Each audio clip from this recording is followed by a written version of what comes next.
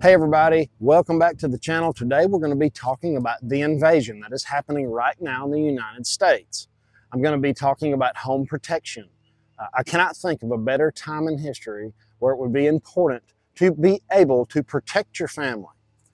Because if it's news to you like it was for me, that over 33,000 Russian nationals have been encountered at the border. 33,000 Russian people encountered. That's just the ones encountered. There's no telling how many have made it across. We're going to talk about all this. This is from the Committee on Homeland Security. This isn't some talking head on YouTube.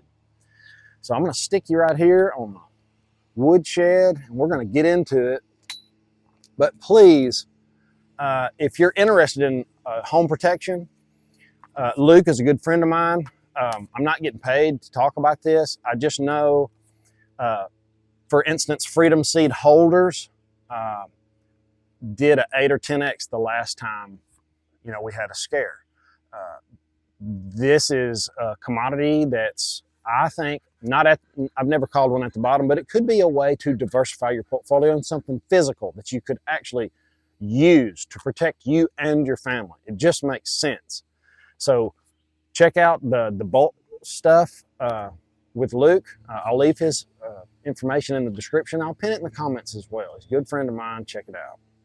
Now, just know before we get into this, Eagle Pass in Texas is like 9 hours from me. We're starting to see Guatemalans, Central Americans, a little bit different nationalities here in North Louisiana. Jose had a really big problem the other day with these people, and it's just starting. That's the problem. These people are just getting here. They're just setting up shop, okay? And I'm not getting on any nationality.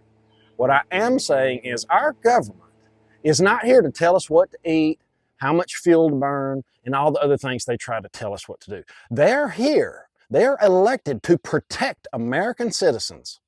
That is their primary goal, supposed to be. But check this out. Today, this was 6 days ago, House Homeland Security Subcommittee on Counterterrorism and Law Enforcement and Intelligence, this is the chairman, August Pfluger. He says an important hearing on threats posed by national state actors like the People's Republic of China. There's been right at 10,000 of them come across the border that have been encountered. Let me know in the comments if you think it's double that or a 10x. I think it's probably more like a 10x, maybe more. China, Russia, Iran, and Venezuela. We are witnessing a significant increase in encounters at the border with individuals from countries of concern, like China and Russia. China and our foreign adversaries are expanding their spheres of influence in Latin America. They're setting up shop. That's our neighbor.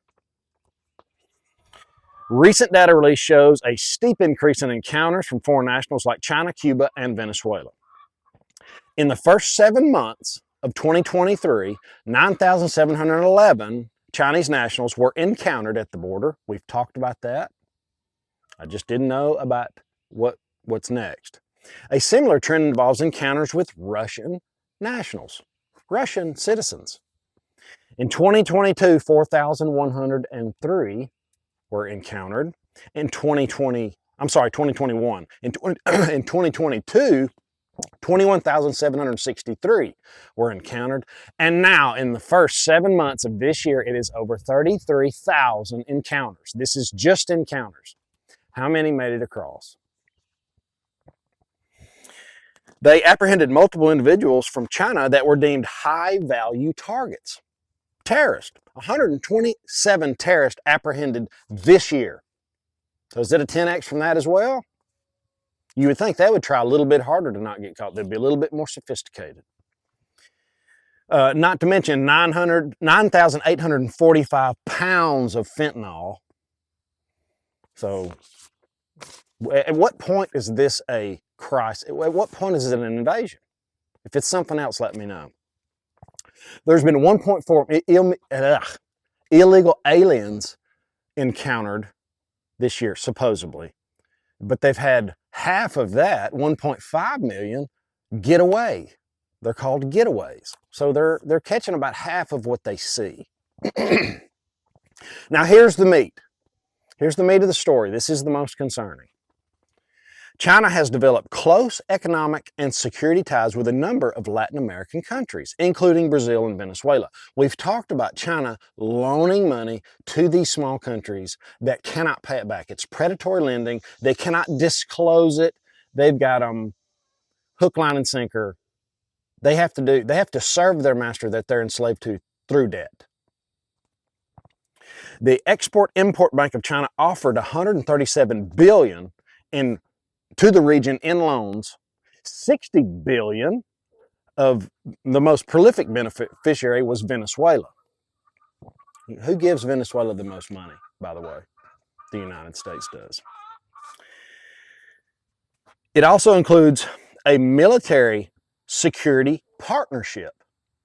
This is nutty. For example, in a 10-year period between 2009 and 2019, $615 million in weapons was sold to Venezuela by China.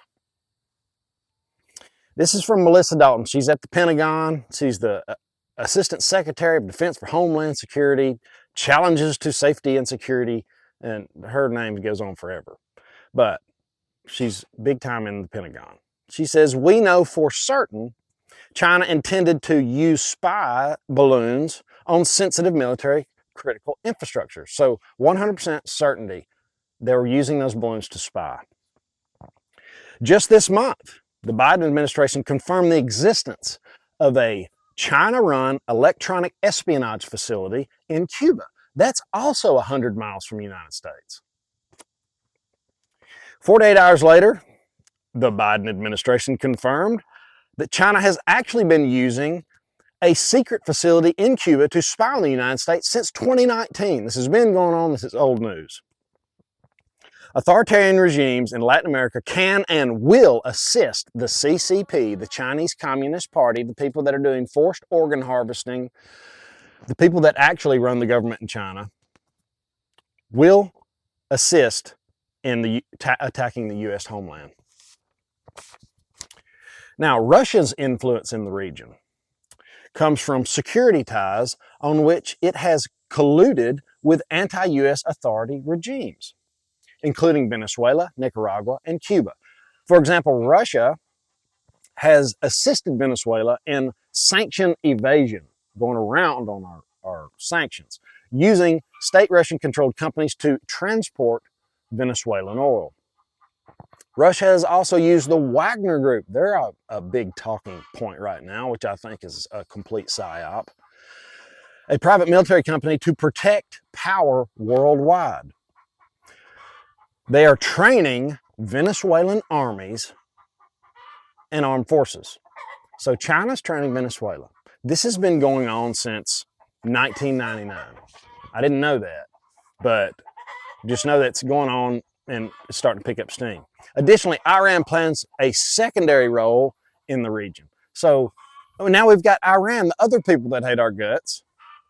Docking of Iran warships in Rio de Janeiro, Brazil, indicate Iran is looking to assert its power across the region. So is it just me, or is China really enslaving the people, and if they want to or not? Maybe they don't even want to, but hey, you owe us billions of dollars. You have to do what we say. We own you now. Let me know what you think, guys. This ought to be on every outlet. This ought to be talked about everywhere, on every street corner, every media outlet, and it's just nothing. I first heard it from Riverside Homestead. I had to get into the article for myself so I could share it with you guys, and I really want to push home protection. Like I said, I'm 9 hours from there. We're already starting to see some, I don't know if they're gang members or not. You know, I'm not there, I don't know, but I know what happened to Jose was some serious stuff that really could have ended badly, but it was okay. Maybe I'll give you that story later when we get down to the bottom of it. But we're starting to see it here in North Louisiana. Guys, have an awesome, awesome day. I'll see you in the next one. Later.